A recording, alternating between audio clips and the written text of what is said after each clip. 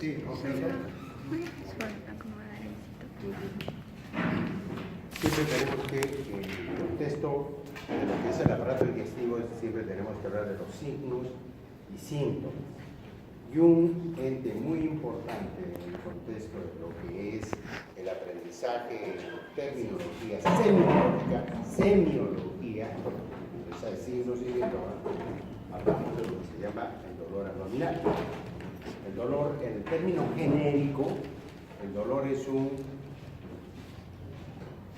una sensación desagradable que se presenta en un contexto de que todo un proceso dentro de lo que es mensajeros o componente tisular dentro de lo que es en el organismo, pero que está involucrado un componente de lo que se llama el umbral, el que está relacionado, que es importante con lo que se llama el estado emocional. Si yo tengo un estado muy estresante, de un estado de estrés severo, ¿no?, la posibilidad que este dolor tenga un umbral alto o bajo. Bajo, o sea, es cualquier estímulo, por más pequeño que sea, rápidamente despierta o lo hace más intenso que lo que es un dolor de leve intensidad. Dice, el dolor abdominal debe ser considerado como un signo constante de un proceso inflamatorio peritoneal.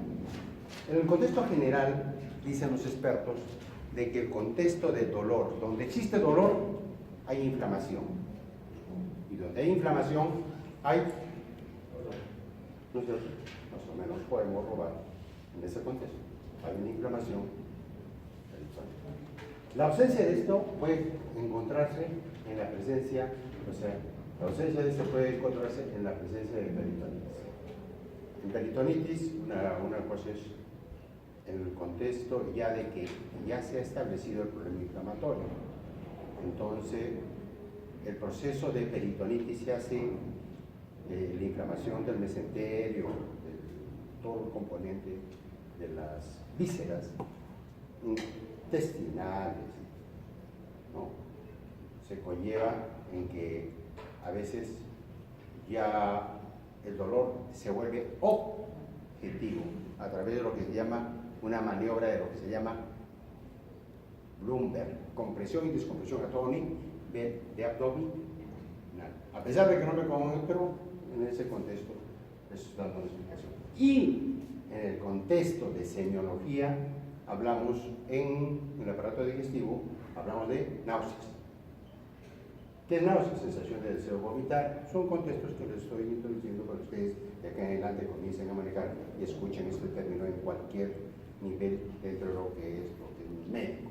Vómitos, expulsión de contenido gástrico. Diarrea, aumento de la frecuencia y volumen y consistencia de las heces.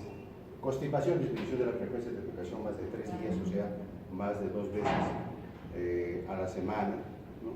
Y eso es un contexto que tiene sus explicaciones, que seguramente en las exposiciones de los profesores, de los colegas siguientes en cuanto a lo que es el aparato digestivo. Disfagia. Disfagia quiere decir alteración. Fagia, alteración en la deglución, ¿no es cierto? Y tiene pues en el contexto de disfagia paradójica, ¿no? Pero eso ya se ve dentro de lo que es patología del aparato digestivo, en el contexto de que se ve en muchas patologías, por ejemplo, en procesos de neoproliferativos o DSA del aparato digestivo, pero alto, por ejemplo, el esófago. Dice, dificultad de deglución de líquidos y luego recién sólidos. Ojo que esta es una pregunta que siempre se les explica o siempre deben tener ustedes conocimiento.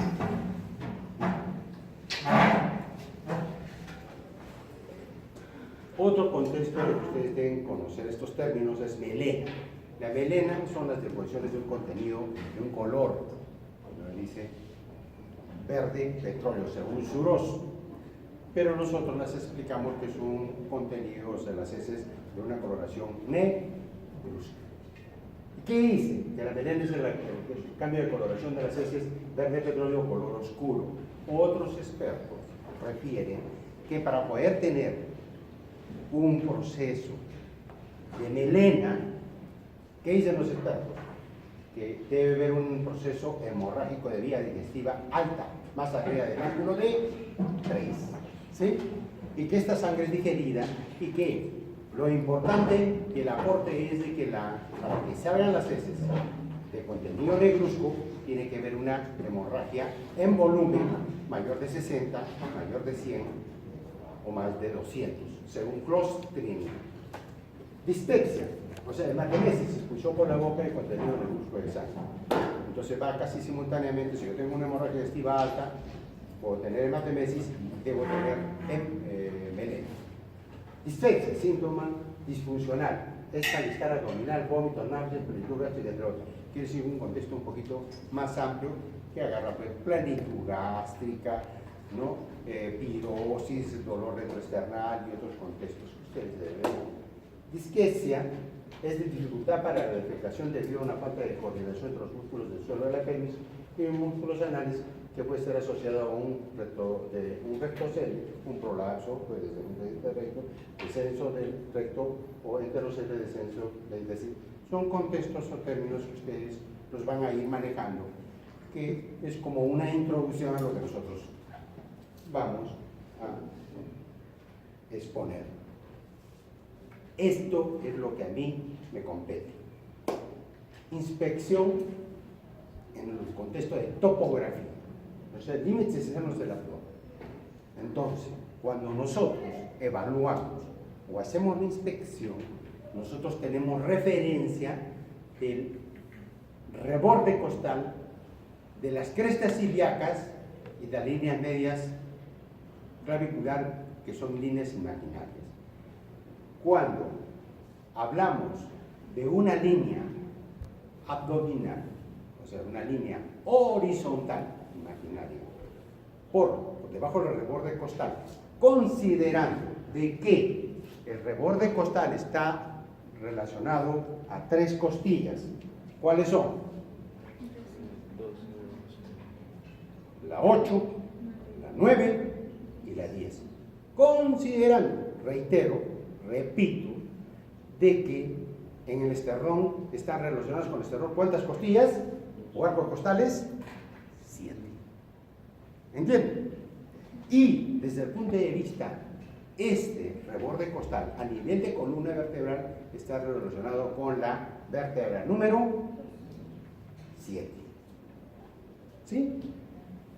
La línea tóraco-abdominal vértebra, o sea, la base del apéndice tifoide. Entonces, la base del apéndice tifoide es reborde, borde costal y que está relacionada en la parte posterior.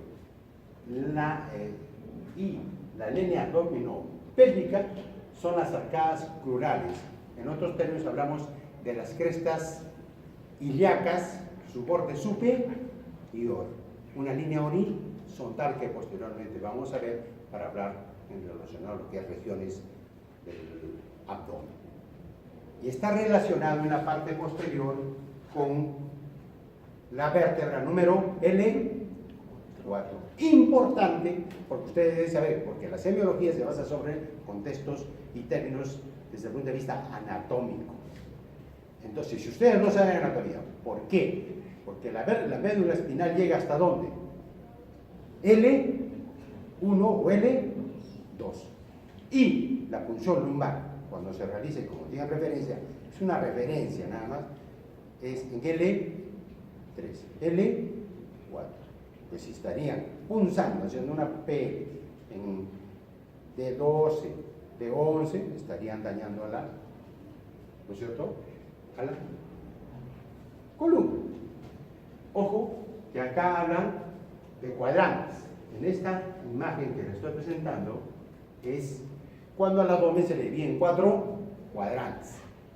Una línea imaginaria que parte o está relacionado con la línea, o sea, con el ombligo, una línea vertical, y una horizontal que pasa por la línea también por la cicatriz umbilical. Y hablamos un cuadrante superior un cuadrante inferior derecho, un cuadrante superior izquierdo y un cuadrante inferior izquierdo. ¿Sí? Que eso es importante, pero más importante es cuando hablemos de lo que es, ahí está, los 4 cuadrantes. Los voy a reiterar, repito, línea transversal por la cicatriz umbilical y una línea vertical por el esternón y la línea umbilical. Ahí no tienen pierde y hablamos de cuadrantes. ¿Sí?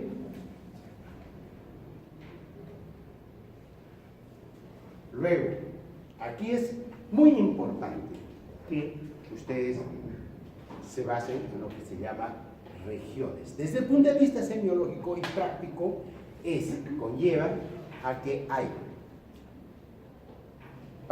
desde el punto de vista anatómico, toman como referencia la línea media radicular, ¿sí?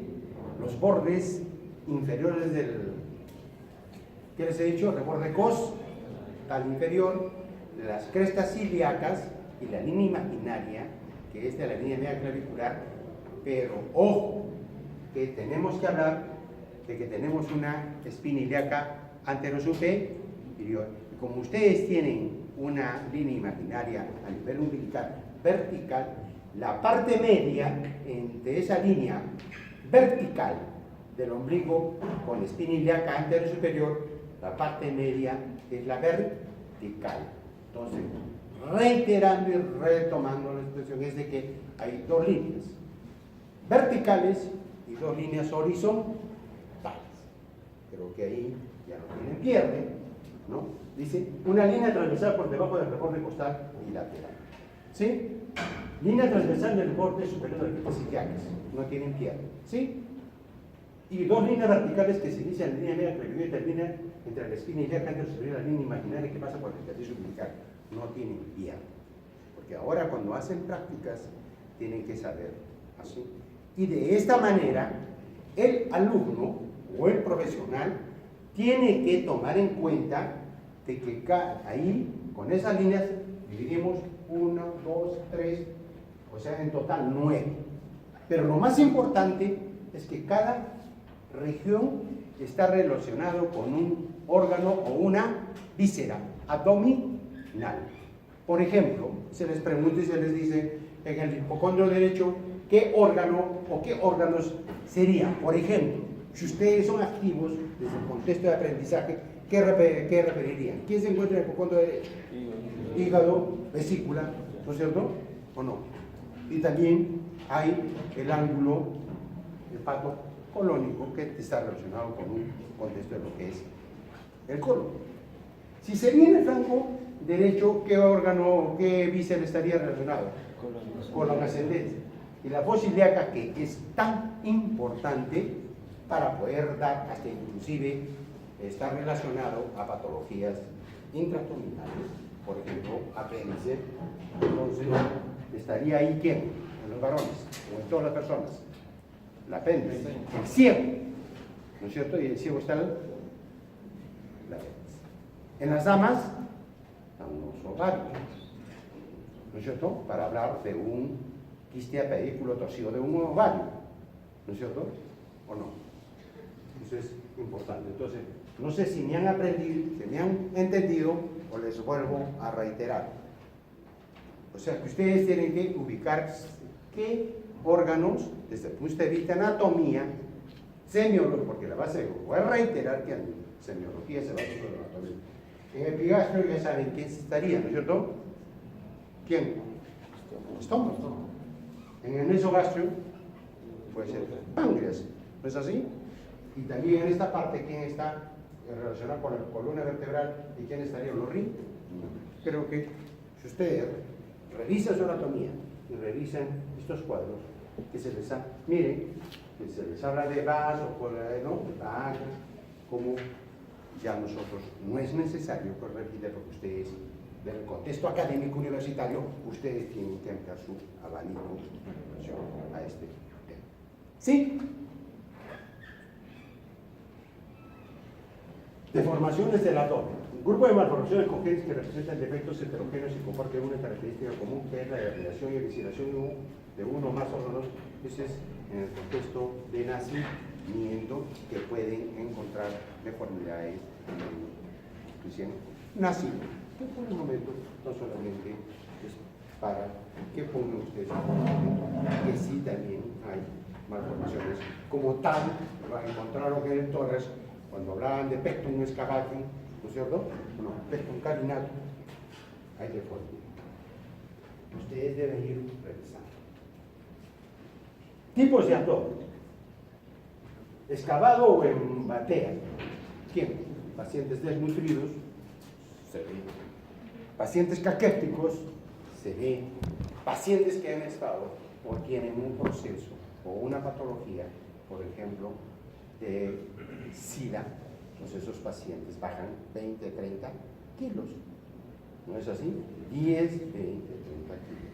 Y quede para hablar, pues, otro contexto de patología. Plano, fisiológico, personas sanas, ¿no es cierto? Y hay otros cuando hay una patología que se pone plano, y cuando hay defensa muscular, o cuando hablamos de la posibilidad de una patología llamada peritonitis, que podría darse en el contexto de lo que hablamos de un abdomen agudo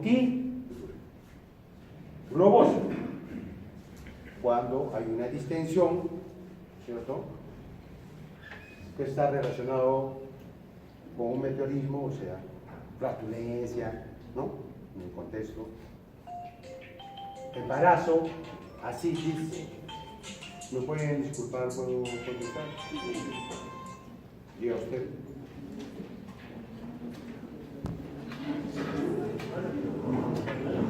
Para usted, estoy haciendo clase con sus colegas, me llama usted dentro de... Estoy en plena clase, es una parte de pleno, que me llame para que estoy haciendo clases con sus colegas. Me llama usted luego. Son sus colegas. En vez de estar acá y preguntarme, porque acá debían llamar, ¿no es cierto? Globoso, meteorismo, embarazo, ascitis. Ustedes saben muy bien que la ascitis es el contenido, ¿no?, del líquido dentro del abdomen, pero que tiene sus patologías o está relacionado a ciertas entidades clínicas. ¿Sí? Cuando hablamos de hipertensión por, cuando hablamos de cirrosis, ¿no es cierto? Cuando hablamos de TBC entero peritoneal, cuando hablamos de lupus eritematoso sistémico. ¿Sí? ¿Entienden? Si hablamos de tuberculosis, hablamos de lo que es serositis. Ustedes saben que es serositis, inflamación de las serosas, pleura, pericardio y a nivel abdominal, etc. Y si hablamos de lupus eritematoso sistémico, o sea, también lo que es serositis, también se presenta este tipo, pero que conlleva la explicación de fisiopatología, que ustedes lo van a entender muy bien cuando hay las complicaciones tardías de lo que se llama una cirrosis hepática, que es una hepatopatía crónica en cuanto a lo que es cirrosis en relación a que está relacionada a 3 complicaciones tardías. Ahí hablamos de lo que se llama varices esofágicos, hipertensión portal y ascitis. Pero ese es un contexto que ustedes lo van a ir ampliando. Yo puedo ven en un abdomen, ¿no es cierto? E inclusive en este abdomen, si hubiera la posibilidad de una cirrosis hepática, habría una circulación colateral como la vamos a ver. ¿Me entienden? Desde el punto de vista infección.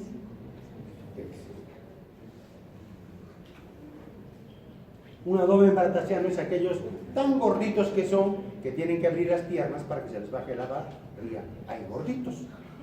¿No es así? Le hablan el baratasiano. Abdomen prominente y obesidad mórbida. Ustedes saben que la obesidad mórbida, como pregunta, no pregunta que les voy a tomar, pero sí pregunta práctica, la obesidad mórbida es cuando el índice de masa corporal se duplica. El rango casi normal, 20, 22, 23, ¿no es cierto? Y se duplica más de 40 y hablamos de una obesidad mórbida. El delantal son obesos que tienen el delantal como mínimo. Es como el delantal lo utilizamos cuando vamos a hacer un examen radiológico, nosotros ponemos el de edad tal para proteger, ¿no es cierto? ¿Sí? Obesos con un tejido celular subcutáneo exude.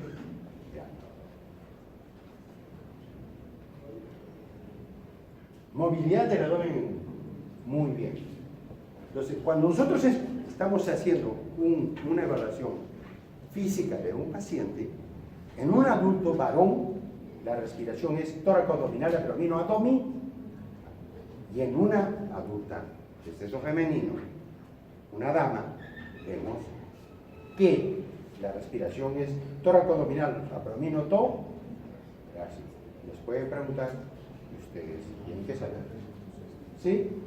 Tipos de respiración. La mujer respira principalmente por la parte superior del tórax. En esa conclusión que les decía, y los hombres tienen gran importancia la respiración por el diafragma y el abdomen. Ustedes saben muy bien de que el diafragma es el componente, el músculo más importante de la...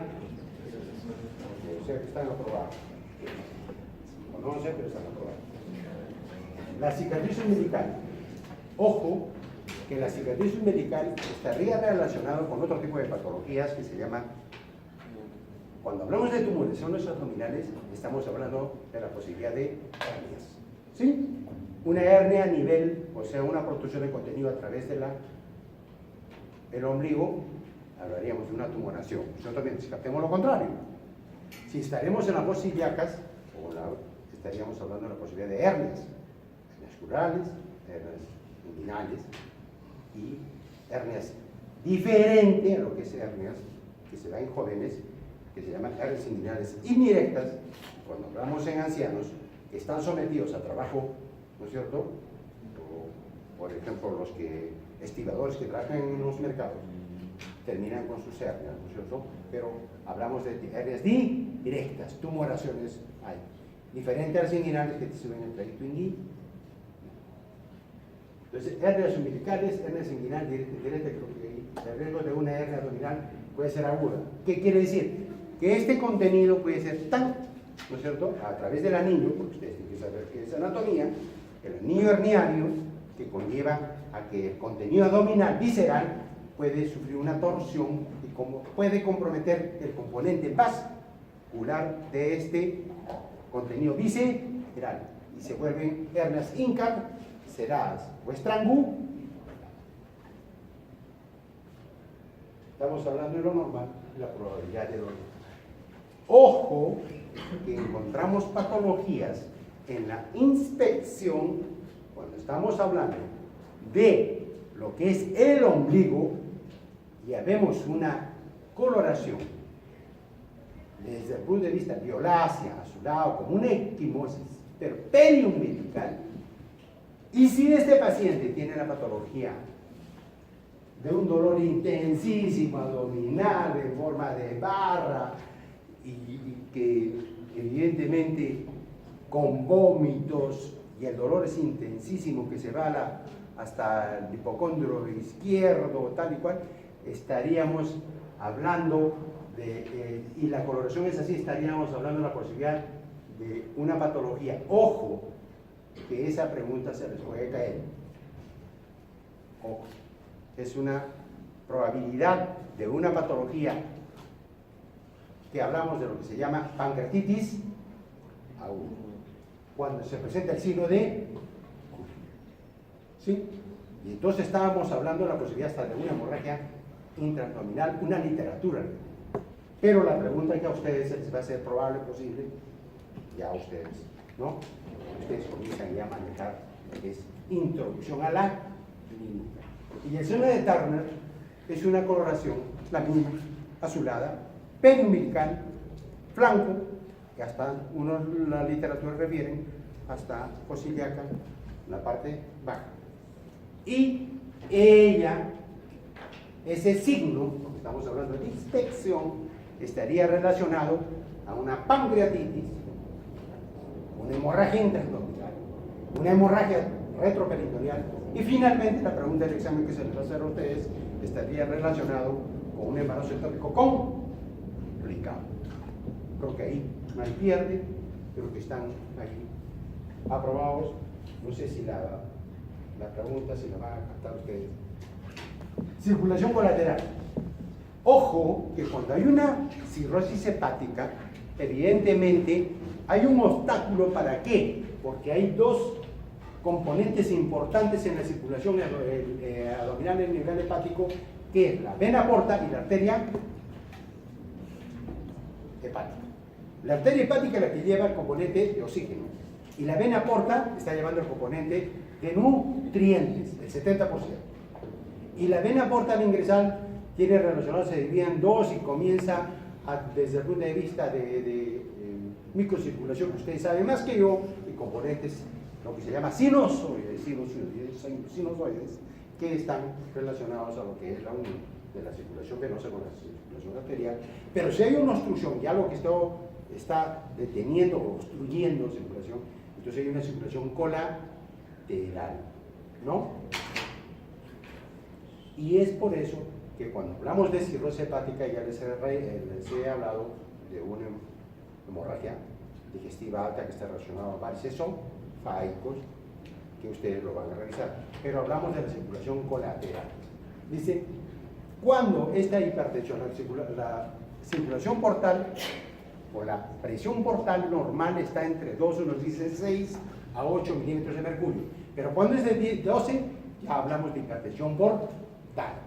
Y la hipertensión portal tiene otra concatenación de eventos a través, hasta inclusive se habla de un hiperesplenismo. Considerando que de anatomía, la porta tiene afluentes, como el río Amazonas tiene muchos afluentes, ¿no es cierto?, de ríos.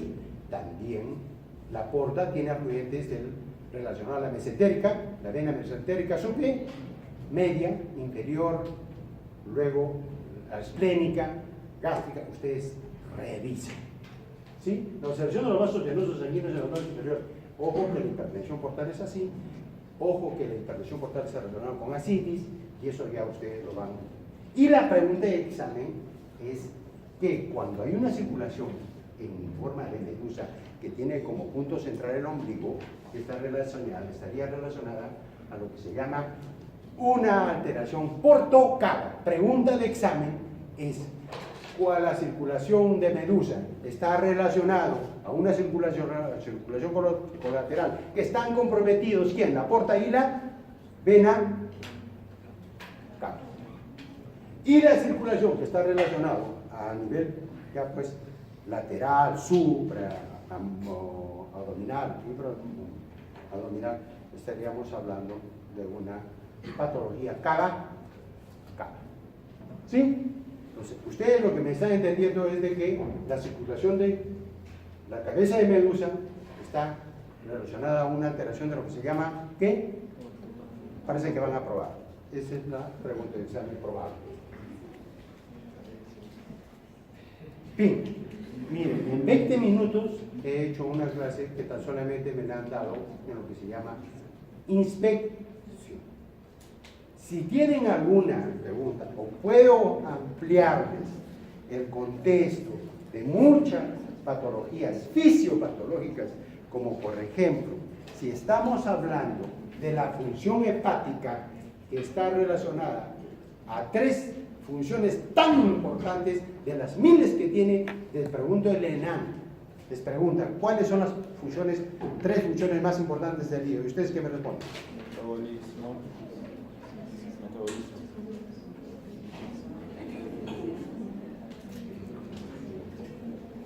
La pregunta, seguro mis alumnos ya deben saber porque a ellos los molesto mañana y tarde noche, pero no los molesto porque están en clase y no los hago quedar mal a mis compañeros.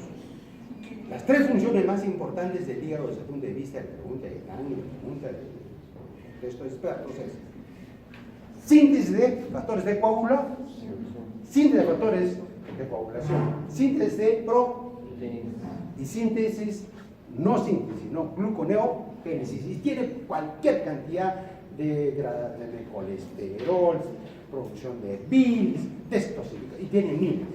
Pero ¿por qué les quisiera hablar así? ¿Por qué? Porque el hígado, al ser alterado, no estaría produciendo su componente, que es las pro, y la más importante vendría a ser la Y la albúmina es la que representa la presión oncótica. Apréndanse. Y la presión hidrostática que está en el abdomen es la que está relacionada por la vena porta y toditos sus afluentes, llamamos circulación, es plásmica. Y si normalmente las proteínas, la albúmina estaría normal, entonces el componente del intersticio y tercer espacio, el componente líquido, se pasaría ¿a dónde? El componente hidrostático, que es la circulación, ¿no? Y esta circulación llevaría todo ese volumen de sangre ¿a dónde? Al río, y de ahí se eliminaría y no habría ningún problema. Todos estamos igual, estamos bien seguramente con las proteínas, y no somos alcohólicos, no tenemos hepatopatía crónica. Pero en el caso de que si tenemos cirrosis, estaría alterada su función de síntesis ¿de qué? De proteínas. ¿Ves? Son tan inteligentes los estudiantes de medicina que rápidamente se dan cuenta que es así. Entonces, esa presión oncótica representada por las albúminas estaría baja o alta. Baja. Y por lo tanto, la presión hidrostática que estaría representada por la circulación portal y la circulación esplánica estaría, ¿no es cierto? Pero la otra es la que se ha bajado.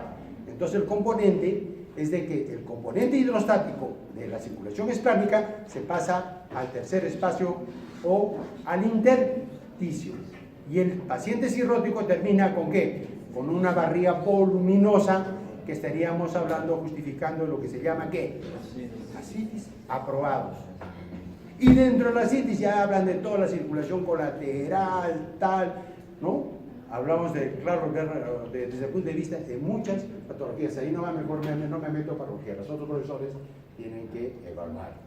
Hablamos de los componentes suprahepático, ya pues en otro contén acaba, pero eso ahí no me queda. ¿Sí? Entonces, el paciente estaría con circulación ascítico. Ojo, miren, ¿cómo están? Esto no parece tan complejo, solo dando la interpretación desde el punto de vista fisiopatológico, ¿no es cierto? Entonces, ¿quién es el que elimina, quién es el que produce las proteínas? ¿Y quién es el que elimina? ¿Quién elimina? ¿Quién elimina a las proteínas? Se filtran en el río. Y si falla alguno de ellos, por ejemplo un síndrome nefrótico, ¿quién estaría alterado? El río, la estructura glomerular, y por lo tanto, pues ya, si la pérdida a nivel riñón supera la producción de las proteínas del hígado, entonces ya pues tenemos una hipoproteinemia, que sería un criterio de diagnóstico del síndrome nefrótico. ¿Alguna pregunta tienen? Porque evidentemente pues me ha tocado algo sencillo, pero he tratado de alguna u otra manera darle sustancia. Las preguntas están ahí, creo que se les he dado una por una. Hay unos ejemplos en las preguntas que se les ha ido, ¿no? El culen está relacionado con quién. Creo que con eso es lo que están a prueba. Ya tienen una pregunta.